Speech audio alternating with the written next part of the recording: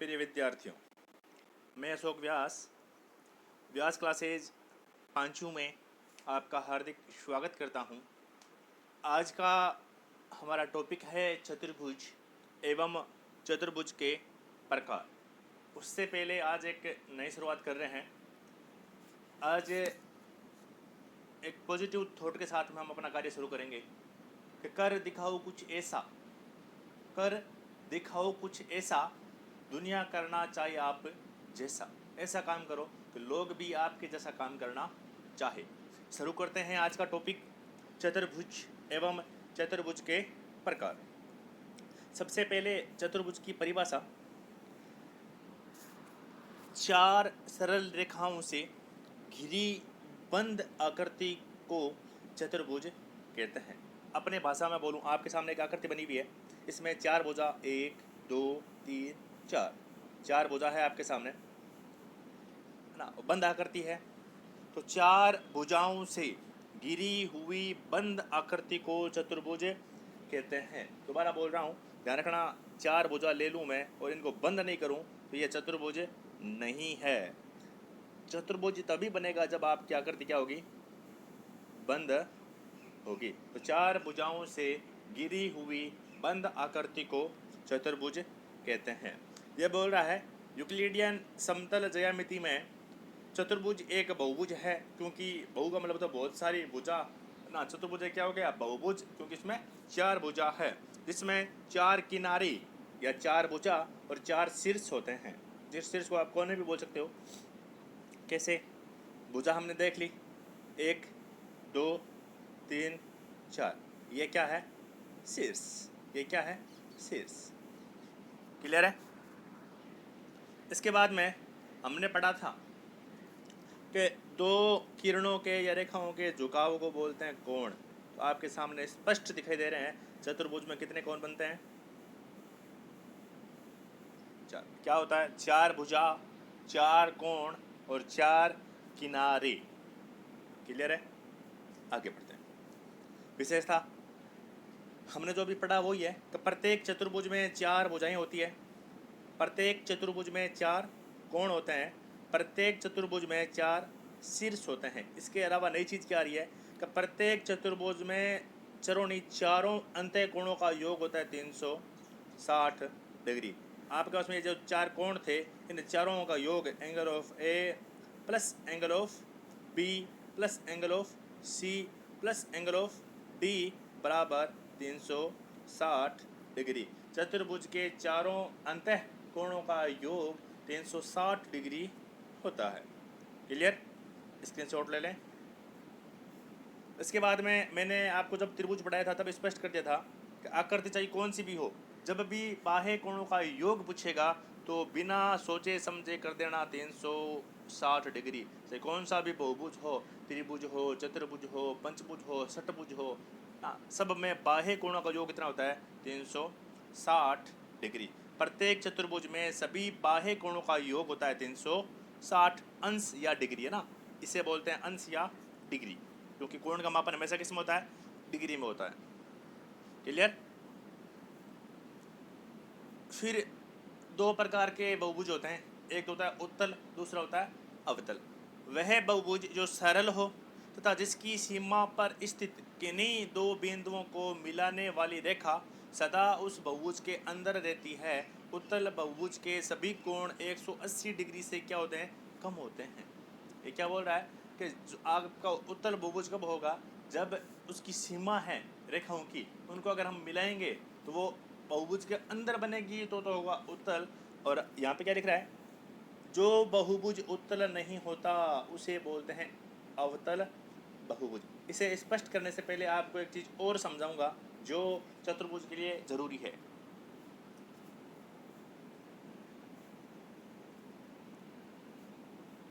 ये आपके सामने चतुर्भुज है ABCD। इसमें जो ये दो शीर्ष है, इनको मिलाने वाली रेखा है, इसको बोलते हैं विकिरण। इसे क्या बोलते हैं, विकिरण। और चाहे कौन सा भी चतुर्भुज हो, विकिरणों की संख्या होती है 2। नाम क्या दिया है, AC और BD। ध्यान रखना, ये भुजा है और जो बीच में मिल रही है ना, उसे बोलते हैं किना और विकिरण, क्या बोलते हैं, विकिरण। स्क्रीनशॉट ले लें। अब देखो वापस आते हैं अपने बहुभुज पे। अब इसने क्या बोला था कि जब जिस बहुभुज में आपकी सीमा, देखो ये सीमा, ये सीमा को मिलाने वाली रेखा इसके अंदर बने बहुभुज के अंदर बन रही है क्या, ये देखो आपका पंचभुज है, ये आपका पंचभुज है, इसमें भी इनको मिलाने वाले विकिरण इसके अंदर बन रहे हैं, तो यह है उत्तल बहुभुज। जब आपके बहुभुज है उसमें जो सीमा है इनको मिलाने वाली रेखा जिसे बोलते हैं विकिरण, उस आकृति से बाहर बन रहे हैं, इसे बोलते हैं अवतल बहुभुज। देखो दोनों आकृति में आप स्पष्ट से देख सकते हो, दोनों में इनकी सीमा को मिलाने वाला रेखा या मिलाने वाली रेखा जिसे बोलते हैं विकिरण, वो इससे क्या बन रहा है, बाहर, यह है अवतल बहुभुज। क्लियर। इसके बाद में हमने जो पढ़ लिया था कि चतुर्भुज के चारों अंतः कोणों का योग होता है 360 डिग्री और बाह्य कोणों का योग भी होता है 360 डिग्री। यह कोण का चिन्ह आपको मैंने जब कोण पढ़ाया था तब बता दिया था। उसके आगे ये भी हमने पढ़ लिया। अब यहाँ पे भी एक बात कर लेते हैं कि मैंने आपको जब त्रिभुज पढ़ाया था तब तो नहीं बताया था, बता रहा हूँ वापस कि त्रिभुज होता है, उसमें हमने पढ़ा था कुल 6 अवयव होते हैं, कुल 6 अवयव होते हैं। कौन कौन से होते हैं, 3 होते हैं। 3 होता है कोण और 3 होते हैं भुजा। हाँ, एक त्रिभुज में 6 अवयव होते हैं। कितने अवयव होते हैं, 6। 3 कोण और 3 भुजा। शीर्ष को अवयव में गिनते नहीं है, काउंट नहीं करते हैं। इसका स्क्रीनशॉट ले लें। अब एक त्रिभुज बनाने के लिए, त्रिभुज का निर्माण करने के लिए प्रश्न आता है यहाँ से, त्रिभुज का निर्माण करने के लिए आपको कम से कम 3 अवयव चाहिए। अवयव भुजा और कोण में से होंगे। अब कितने कितने होंगे वो आपको जो क्वेश्चन देगा उसके अकॉर्डिंग आएगा। ये आपको ध्यान रखना है कि एक त्रिभुज के निर्माण के लिए कम से कम 3 अवयव चाहिए। क्लियर। स्क्रीनशॉट ले लें। अब देखो एक चतुर्भुज में कुल 10 अवयव होते हैं। कितने होते हैं, 10। कौन कौन से, 4 होती है भुजा, 4 होते हैं कोण और 2 होते हैं विकिरण। त्रिभुज में विकिरण नहीं होते, चतुर्भुज में विकिरण होते हैं। इसका भी आप स्क्रीनशॉट ले लें। ये ध्यान रखना है कि एक चतुर्भुज में कुल 10 अवयव होते हैं। कौन कौन से पूछ ले तो 4 भुजा, 4 कोण, 2 विकिरण। माइंड में सेट रख लेना, शीर्ष को अवयव में काउंट नहीं करते। फिर चतुर्भुज के निर्माण के लिए आपको कम से कम, चतुर्भुज के निर्माण के लिए कम से कम आपको 5 अवयव चाहिए। 6ठी, 7वीं, 8वीं कक्षा में, 9वीं कक्षा में भी चतुर्भुज निर्माण का प्रश्न आता है तो आपको बोलेगा 4 अवयव दे दिए, 4 अवयव या एलिमेंट्स दे दिए, बोल रहा है चतुर्भुज का निर्माण कीजिए। आपको हल करने की आवश्यकता नहीं है, बोल दीजिए कि 4 अवयव से चतुर्भुज का निर्माण करना संभव नहीं है। चतुर्भुज का निर्माण करने के लिए आपको कम से कम 5 अवयव चाहिए। क्लियर है। स्क्रीनशॉट ले लें। इसके बाद में चतुर्भुजों के प्रकार। सबसे पहले समलम चतुर्भुज, ऐसा चतुर्भुज जिसमें एक जोड़ा भुजा समांतर होती है। जैसे आपका ये चतुर्भुज बना रखा है, इसमें ये और ये भुजा क्या है, समांतर है। इनको कितना भी आगे बढ़ा लो एक दूसरे को कभी भी नहीं काटेगी। तो ऐसा चतुर्भुज जिसमें एक जोड़ा, मतलब इन दोनों का एक जोड़ा हो गया ना, 4 भुजा होती है, मतलब आमने सामने का एक जोड़ा है, ये होते हैं समांतर। क्लियर है। इसके बाद में समांतर चतुर्भुज, ऐसा चतुर्भुज जिसमें आमने सामने की भुजाएं समांतर होती है। समलम और समांतर में इतना ही अंतर है कि समांतर चतुर्भुज में दोनों जोड़े, ये और ये, समांतर होते हैं और समलम में सिर्फ एक जोड़ा समांतर होता है। इसके बाद में सम चतुर्भुज, सम का मतलब होता है समान, ऐसा चतुर्भुज जिसमें चारों भुजाएं समान होती है। ये लाइन क्यों बना रहा हूँ, ये बता रहा है कि ये चारों भुजा क्या है, बराबर है। जैसे ये 4 सेमी, ये भी 4 सेमी, ये भी 4 सेमी और ये भी 4 सेमी। ऐसा चतुर्भुज जिसमें चारों भुजाएं बराबर हो, समान हो, उसे बोलते हैं समचतुर्भुज। आकृति से स्पष्ट ये कोण 90 डिग्री का नहीं है। समचतुर्भुज में प्रत्येक कोण का मान 90 डिग्री नहीं होता। ये क्यों बता रहा हूँ, आगे काम आएगा। नेक्स्ट, अभी साथ में बात करते हैं इनके विकिरण की भी। समांतर चतुर्भुज हमने पढ़ लिया, दो विकिरण होते हैं, दोनों विकिरण परस्पर समद्विभाजित करते हैं। सम का मतलब होता है समान, द्वि का मतलब होता है दो, विभाजित का मतलब होता है भागों में बांटना। समांतर चतुर्भुज है आपका,